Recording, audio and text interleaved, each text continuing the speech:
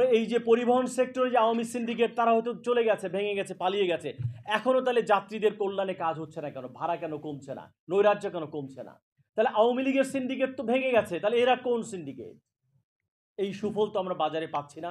এই প্রশ্ন, এরা কারা? তাহলে তাদের নামগুলো বলতে হবে, তাদের মুখোশ উন্মোচিত করতে হবে, তাহলে তো ফল তো পাচ্ছি না। এরা কোন সিন্ডিকেট?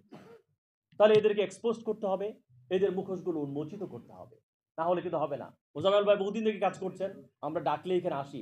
এই যে ভাড়া নির্ধারণের কথা বলা হয়েছে, এই ওবায়দুল কাদের কথা দেখেছেন যে উনি উনার নিজ দলের লোকদেরকে ডাকে মতামত বিনিময় করবার জন্য, তাদেরকে মতামত বিনিময়ের নামে ডাকার পরে নিজেই টেলিভিশনে কথা বলে বলছে শেষ, এবং তাদের লোকেরা বলছে উনি তো ভুয়া, আমাদের মতামতই শুনে নাই। যিনি তার নিজ দলের নেতা কর্মীদের মতামতই শুনেন না, তিনি কিভাবে তার ভিন্ন মত অন্য দল যাত্রীদের সঙ্গে কথা বলবেন? এই যে ডেমোক্রেটিক মূল্যবোধ, যে মানুষের সঙ্গে কথা বলতে হয়, মতামত দিতে হয়, এইটাই তো তারা ভুলে গিয়েছিলেন। এবং এই যে বললো যে দুর্ঘটনা, আমি এর সঙ্গে একমত না। এই যে সড়কে একটা হত্যার আয়োজন চলছে, এটাকে আমরা বলি স্ট্রাকচারাল কিলিং কিংবা কাঠামোগত হত্যা। দুর্ঘটনা কাকে বলে? দুর্ঘটনা বলা যায় সিঙ্গাপুরে যদি কোনো ঘটনা ঘটে।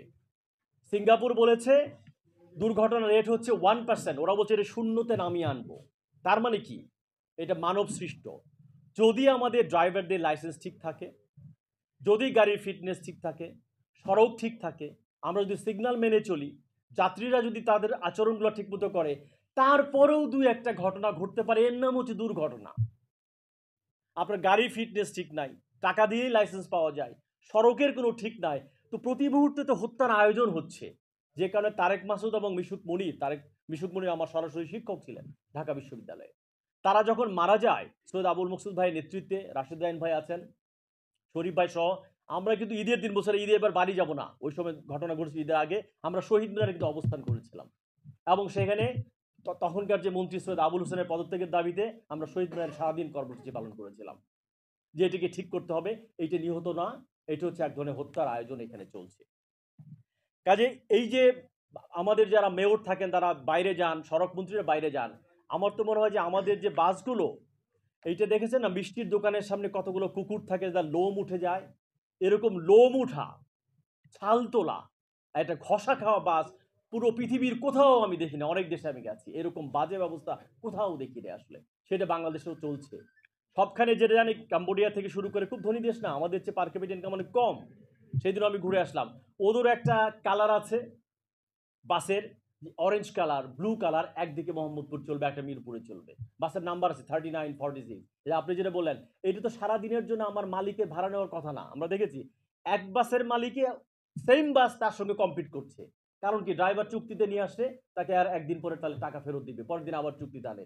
একই কোম্পানির বাস আরেক কোম্পানির সঙ্গে প্রতিযোগিতা করি, তো ছাত্রদেরকে মেরে ফেলেছিল, আমরা দেখেছি। কাজে এই যে তাপস থেকে শুরু করে বড় বড় কথা বলতেন আমাদের মেয়ররা, সেতুমন্ত্রীরা, এগুলো যে একটা বাগাড়ম্বর, একটা রেটোরিক্স, এবং আমাদের জীবনে, কারণ কি প্রত্যেকেই আমরা এর সম্ভাব্য ভিকটিম হতে পারি। যে কেউ, ও যে বললো আরিফ নামে যে ছেলে মারা গেছে, ওইরকম একটা সুন্দর স্মার্ট মেধাবী ছেলে আমি তো ভাবতেই পারি না সেও সড়ক দুর্ঘটনায় মারা গেছে। দেখলে বললাম যে এলে মারা যাওয়া তাকে হত্যাকাণ্ড, এই প্রশ্নগুলো আমাদেরকে করতে হবে।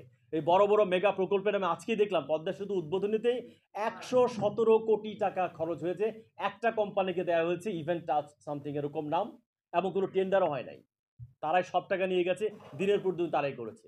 কাজে সড়কে বাংলাদেশের সবচেয়ে বেশি টাকা বরাদ্দ থাকতো, এবং সবচাইতে সীমাহীন লুণ্ঠন, লুটতরাজ, মানে সুশাসনের বিন্দুমাত্র লেশ না রেখেই এই সড়কগুলোর ব্যবস্থাপনা কিন্তু হয়েছে।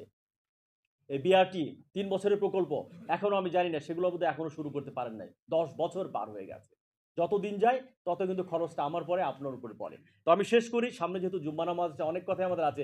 যদি সিঙ্গাপুর পারে 1 থেকে 0% আনতে, তাহলে আমরাও চাইলে যদি ফিটের নাগরিক 1000 জন মানুষকে হত্যা করা, এইটা নিকট অতীতে আমরা পৃথিবীর ইতিহাসে খুঁজে পাই না। 4000 জন মানুষ কিন্তু অন্ধ হয়ে যাচ্ছেন, কারো এক চোখ, কারো 2 চোখ। 20,000 মানুষ পঙ্গু হয়ে যাচ্ছেন, কেউ স্থায়ীভাবে, কেউ আংশিকভাবে। এই যে সীমাহীন নির্যাতন, বর্বরতা, সহিংসতার যে প্রেক্ষাপট, ছাত্র জনতার যে গণ অভ্যুত্থান, এটিকে আমাদের বারবার স্মরণ করতে হবে। না হলে এই কাঠামো এবং ব্যবস্থা, যেটা আমার পাশে আমার ভাই বলেছে, সেই ব্যবস্থা কিন্তু এখনো রয়ে গেছে, এবং সেইখানে যে কোনো সময় এরকম শেখ হাসিনার জায়গায় আর কাউকে বসিয়ে দিলে সেই ধরনের স্বৈরাচারী কাঠামো তৈরি হতে পারে। এই যে আপনারা বলেছেন এই গণ অভ্যুত্থান, এই মানুষের আত্মত্যাগের ফল তো বাজারে পেতে হবে। বাজারে কি পাচ্ছি আমরা?